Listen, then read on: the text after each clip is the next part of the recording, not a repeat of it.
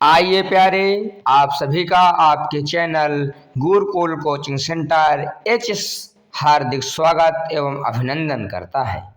आज हम इस वीडियो में जयशंकर प्रसाद जी का जीवन परिचय पढ़ेंगे और समझेंगे कि किस प्रकार हमको यूपी बोर्ड की कापियों में लिखना है कि हमारे नंबर ना कटें, फेयर हमको कैसे कंप्लीट करनी है।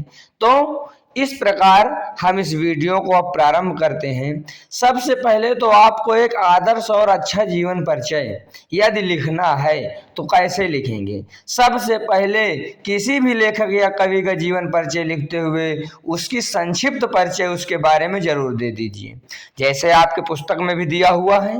अब संक्षिप्त परिचय जयशंकर प्रसाद जी का ये दिया हुआ है कि जन्म 1889, जन्म स्थान काशी, पिता देवी प्रसाद साहू और छायावादी युग के लेखक, मृत्यु 1937। तो एक दो बिंदु चाहे तो आप बढ़ा भी सकते हैं, जैसे जन्म स्थान आप अपने से लिख लीजिए, ठीक है। तो नहीं तो जन्म स्थान लिख लीजिए और शिक्षा 8वीं तक है, इस प्रकार लिख लीजिए। एक दो पॉइंट बढ़ा देंगे सही रहेगा, नहीं इतना भी लिख देंगे तो सही रहेगा, क्योंकि आपके पुस्तक में इतना ही संक्षिप्त परिचय दिया है।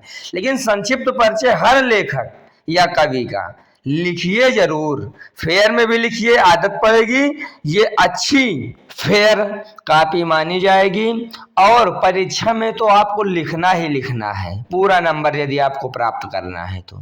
इसके बाद हम जीवन परिचय लिखेंगे। अब जीवन परिचय कैसे लिखेंगे? तो जयशंकर प्रसाद का जन्म काशी के प्रसिद्ध वैश्य परिवार में 1889 ईस्वी में हुआ था।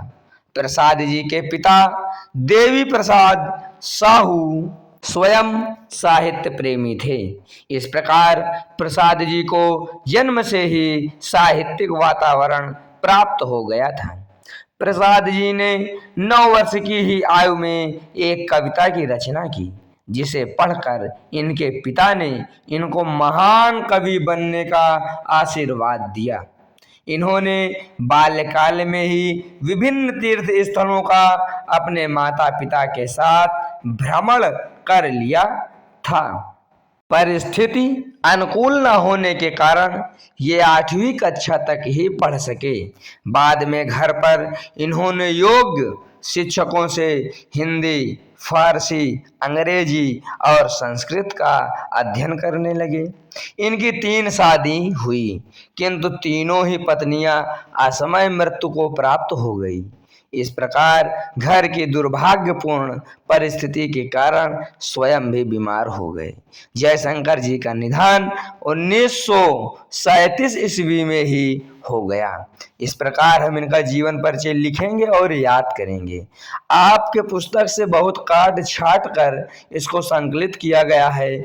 जितना आपको आवश्यकता है लिखने की, आपके लिए उतना ही दिया गया है, ज्यादा नहीं। 2-4 लाइन यदि कम भी याद होगा, कम भी समझेंगे तो भी इसलिए दे दिया जाता है कि भाई आप समझेंगे। याद नहीं किया जाता है, हमेशा समझा जाता है। संक्षिप्त जीवन परिचय याद करिए और इसको समझिए और समझ के लिखिए, फिर देखिए आपका ना नंबर कटेगा और ना आपको ज्यादा मेहनत लगेगी। इसके बाद हम इनकी साहित्यिक परिचय भी पढ़ेंगे, क्योंकि जीवन परिचय तो आता ही है, जीवन परिचय के साथ साहित्यिक परिचय भी पूछ लिया जाता है। अगर साहित्यिक परिचय नहीं पूछा जाएगा तो भाषा शैली पूछ लिया जाएगा यूपी बोर्ड के द्वारा। भाषा शैली नहीं पूछी जाएगी, प्रमुख कृतियों के बारे में पूछ लिया जाएगा। रचना जिसे कहते हैं, कृतियां माने रचनाएं ना। तो इस प्रकार इनको भी हमको पढ़ना है और समझना है, याद करने की कोशिश करना है। तो साहित्यिक परिचय हम इनका इस प्रकार लिखेंगे कि जयशंकर प्रसाद जी ने विषम परिस्थितियों में भी धैर्य नहीं छोड़ा और घर पर ही वेद, पुराण, इतिहास, फारसी, दर्शन, संस्कृत, अंग्रेजी और हिंदी का गहन अध्ययन करते हुए हिंदी साहित्य की सेवा में जुट गए। प्रसाद जी बहुमुखी प्रतिभा के धनी थे।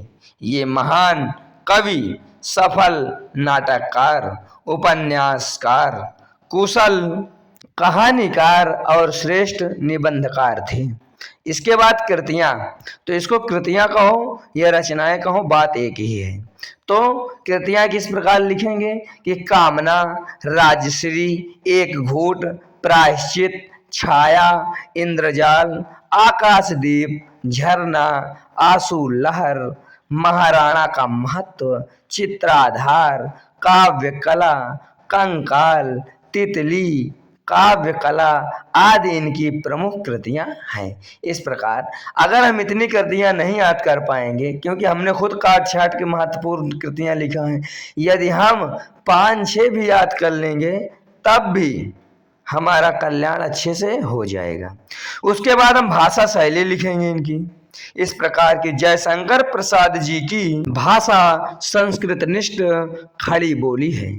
इनकी भाषा प्रवाह युक्त होते हुए भी पूर्णतः साहित्यिक और परिमार्जित है। परिमार्जित माने शुद्ध है, गलत शब्द नहीं आते हैं इनके लेखन में, जिसमें सर्वत्र ओज और माधुर्य के गुण विद्यमान है। ओज माने शक्ति और माधुर्य माने मधुरता के गुण विद्यमान है।